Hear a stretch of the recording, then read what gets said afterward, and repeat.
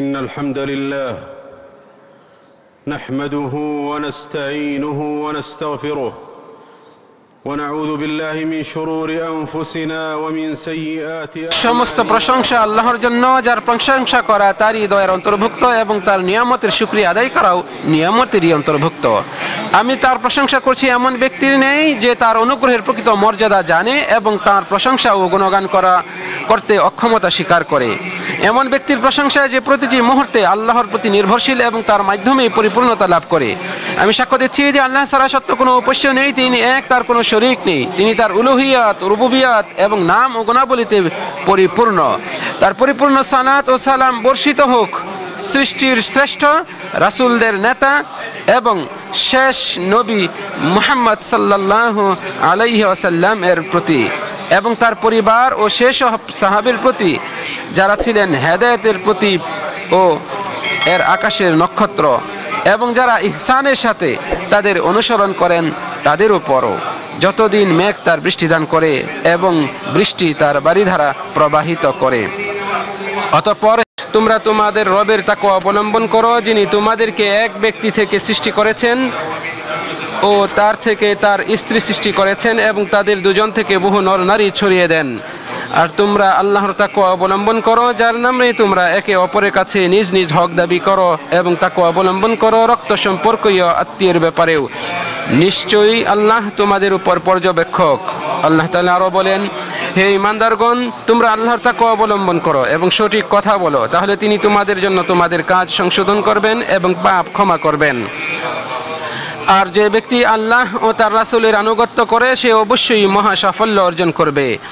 অতঃপর আমি নিজেকে ও আপনাদেরকে আল্লাহর তাকওয়া ও তার তত্ত্বাবধান গ্রহণের উপদেশ দিচ্ছি।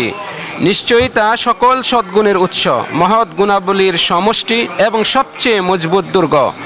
যে ব্যক্তি এর উপকরণগুলো ধারণ করবে সেই তো নাজাত পাবে। মহান আল্লাহ বলেন, আর যে কেউ আল্লাহর তাকওয়া অবলম্বন করে আল্লাহ তার জন্য উত্তরণের পথ করে দেবেন। হে মুমিন নরনারীগণ, আপনাদের মহিমান্বিত মাস এর ছায়া সংকুচিত হয়ে গেছে, এর চাঁদের প্রান্ত ক্ষীণ হয়ে এসেছে, এর সন্ধ্যার সূর্য লাল হয়ে উঠেছে এবং এর বিদায়ের সময় ঘনিয়ে এসেছে। তবে এ মাসের কল্যাণের বাগান এখনও দীপ্তিময়, রহমতের ঝর্ণাধারা এখনও প্রবাহমান ও প্রাচুর্যময়। যে ব্যক্তি নেক কাজ শুরু করেছে সে যেন তা পূর্ণতা দানে সচেষ্ট হয়। আমাদের নবী সাল্লাল্লাহু আলাইহি ওয়াসাল্লাম বলেছেন, নিশ্চয়ই সকল আমলের ফলাফল নির্ভর করে তার শেষ অবস্থার উপর। নিশ্চয়ই এই পবিত্র মাসের শেষ প্রান্তে পৌঁছা এবং এর সমাপনী মুহূর্তগুলো লাভ করা মহান আল্লাহর বিশাল নিয়ামত ও অবিরাম অনুগ্রহের অন্যতম। যেমনটি আমাদের প্রভু তার মহান গ্রন্থে ইরশাদ করেছেন, আর যাতে তোমরা সংখ্যা পূরণ করো এবং তিনি তোমাদেরকে যে হিদায়াত দিয়েছেন তার জন্য আল্লাহর বরত্ব ঘোষণা করো এবং যাতে তোমরা কৃতজ্ঞতা প্রকাশ করো। অতএব যারা এই মহিমান্বিত মুহূর্তগুলো এবং বরকতময় রাতগুলো লাভ করেছে তাদের উচিত সর্বদা আল্লাহর শুকরিয়া আদায় করা, ইসলামের পথে পরিচালিত হওয়া এবং এই মাসের উত্তম সমাপ্তির অনুগ্রহ লাভের জন্য। কত আশাবাদী ব্যক্তি রয়েছে যারা রমজান মাস পাবার আশা করেছিল কিন্তু তা পায়নি, আর এমন কতজন রয়েছে যারা এই মাস শুরু করেছিল কিন্তু পূর্ণ করতে পারেনি। এগুলো ছিল এমন আশা আকাঙ্ক্ষা, মৃত্যু যার মাঝে প্রতিবন্ধকতা তৈরি করেছে।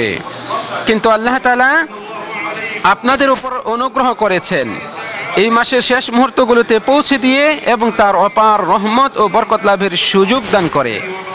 তাই আপনারা এই মহিমান্বিত মাসের অবশিষ্ট মুহূর্তগুলোকে কাজে লাগান ইবাদতের ময়দানে এগিয়ে যাওয়ার মাধ্যমে। আর এ মূল্যবান সময়গুলোকে মূল্যায়ন করুন বিভিন্ন নেক আমল ও আল্লাহর নৈকট্য লাভের কাজে দ্রুত অধাবিত হওয়ার মাধ্যমে। কেননা নিশ্চয়ই সকল সৎকর্মের মূল্যায়ন হয় তার পূর্ণাঙ্গ সমাপ্তির মাধ্যমে, শুরুর অসম্পূর্ণতার মাধ্যমে নয়। হে মুসলিম উম্মাহ, নিশ্চয়ই এই ইসলাম এক প্রজ্ঞাপূর্ণ রব্বানী দিন এবং ভারসাম্যপূর্ণ এক মহান জীবন ব্যবস্থাপনা। এতে ইবাদত ও আনুগত্যের বিধানসমূহ দেয়া হয়েছে মুমিনের চরিত্র সংশোধন ও পরিশুদ্ধির জন্য এবং আত্মার পরিশুদ্ধি ও সংশোধনের লক্ষ্যে। যেমন মহান আল্লাহ তাআলা সিয়ামের আলোচনায় বলেছেন, আল্লাহ তোমাদের জন্য সহজতা চান, কঠোরতা চান না।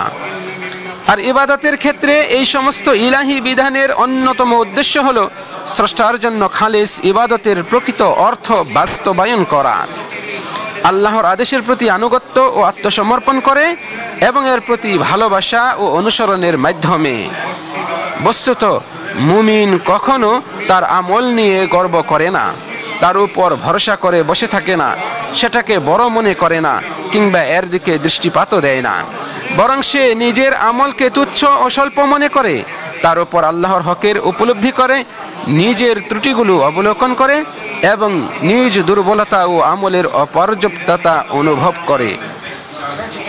এই মহান তাৎপর্যের দিকে লক্ষ্য রেখেই সকল নেক আমলের শেষে ইস্তিগফার করার বিধান দেওয়া হয়েছে, যেন তা আমলের সমাপ্তি ও তার উপর সিলমোহর হয়ে থাকে।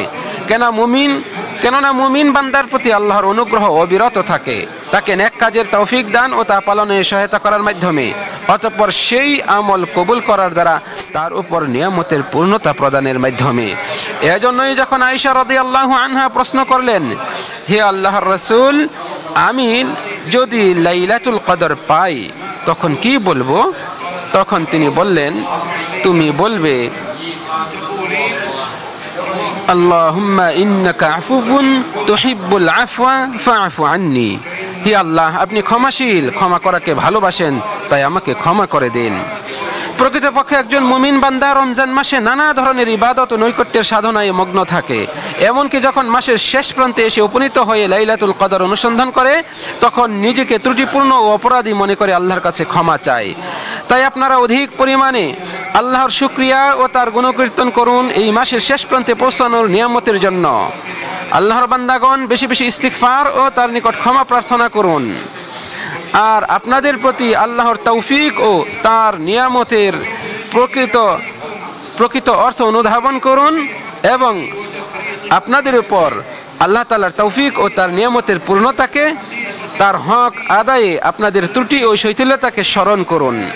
দাসত্বের প্রকৃত অর্থ বাস্তবায়নের লক্ষ্যে, যা পূর্ণ ভালোবাসা ও পূর্ণাঙ্গ বিনয়কে একত্রিত করে।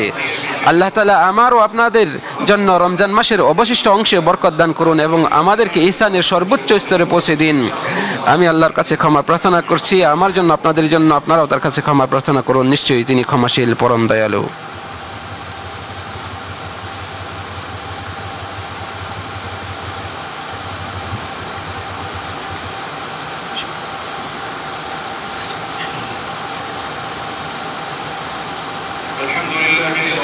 সমস্ত প্রশংসা আল্লাহর জন্য, যার প্রশংসা করা তারই দয়ার অন্তর্ভুক্ত এবং তার নিয়ামতের শুকরিয়া আদায় করাও নিয়ামতেরই অন্তর্ভুক্ত।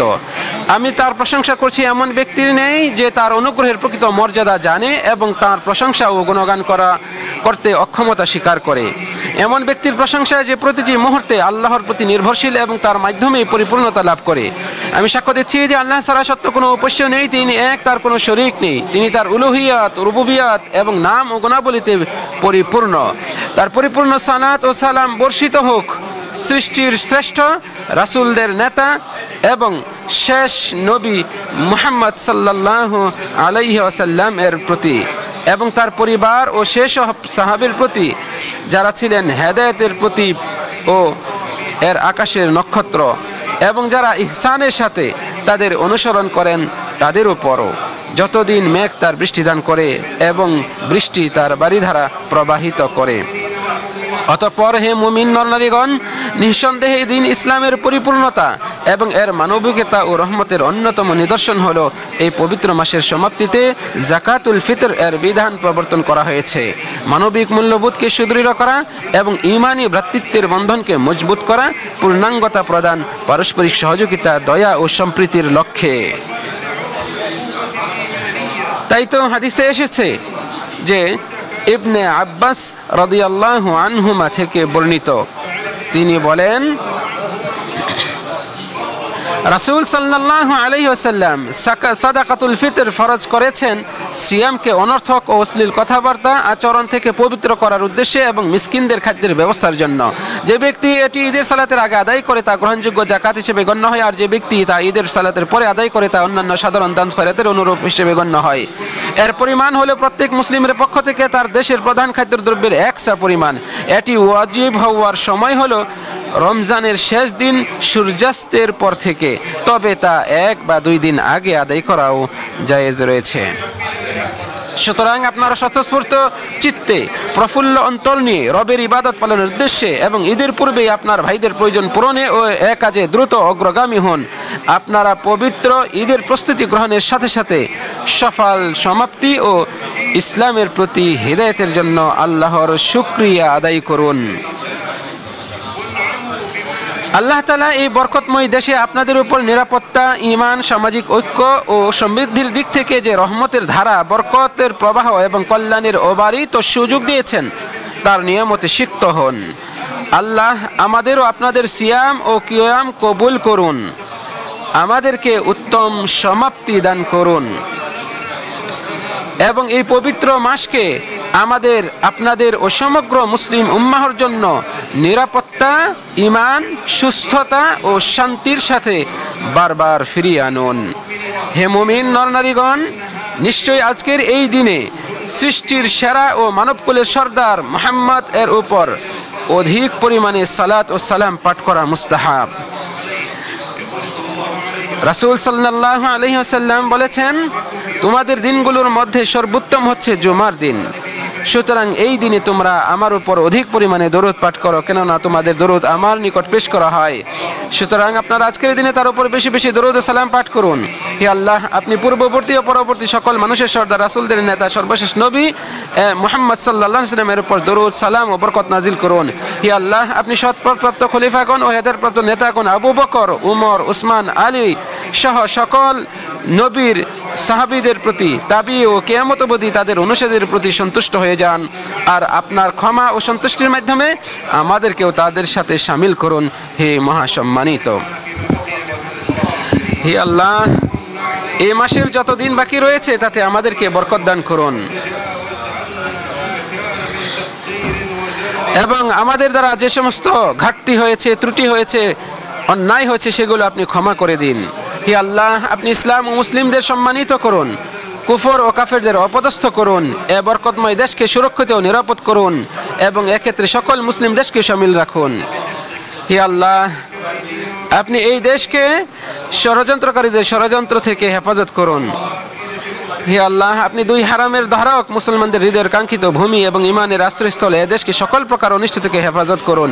আপনি এদেশের শাসক, আলেম উলামা, এর আকীদা, বিশ্বাস, পবিত্র স্থানসমূহ, মর্যাদাকে হেফাজত করুন। এদেশের সেনাবাহিনীকে রক্ষা করুন এবং এর সীমান্তকে সুরক্ষিত রাখুন। হে আল্লাহ, হে আল্লাহ, হারামাইন শরীফাইনের খেদমতে যারা নিয়োজিত রয়েছে আপনি তাদেরকে হেফাজত করুন। আপনি খাদিমুল হারামাইন শরীফাইনকে এবং তার নায়েবকে আপনি আপনার বিশেষ দয়া ও অনুগ্রহ দ্বারা সিক্ত রাখুন। হে আল্লাহ, সর্বত্র মুসলমানদের অবস্থাকে সংশোধন করে দিন। হে আল্লাহ, আপনি মুসলমানদের অবস্থাকে সংশোধন করে দিন বিশ্বের সকল প্রান্তে। হে আল্লাহ, আপনি দুর্বল অসহায়দের দুঃখ, কষ্ট, বিপদ দূর করে দিন। হে আল্লাহ, ফিলিস্তিনে আমাদের মুসলিম ভাইদেরকে আপনার ও তাদের শত্রুর বিরুদ্ধে সাহায্য করুন। হে আল্লাহ, তাদের ক্ষতিপূরণ করে দিন এবং তাদের বিজয় নির্ধারণ করে দিন। হে পরম দয়ালু, হে আল্লাহ, আপনি তাদের দুর্দশাকে দূর করে দিন। হে আল্লাহ, আমরা আপনার কাছে যাবতীয় কল্যাণ চাই যা আপনি জানেন, সকল ধরনের অনিষ্টতা থেকে আপনার কাছে আশ্রয় প্রার্থনা করি যা আপনি জানেন। আপনি সকল কিছু সম্পর্কে জানেন। হে আল্লাহর বান্দাগণ, আপনারা রবের শুকরিয়া আদায় করার মাধ্যমে তার অনুগ্রহকে স্থায়ী করুন, তার আদেশ মান্য করার মাধ্যমে তার নিয়ামতের হেফাজত করুন, তার দোয়া ও জিকিরে নিবেদিত থাকুন। বস্তুত তারা যা আরোপ করে তা থেকে আমাদের রব মহাপবিত্র, সকল প্রশংসা সৃষ্টি করে রব আল্লাহরই প্রাপ্য।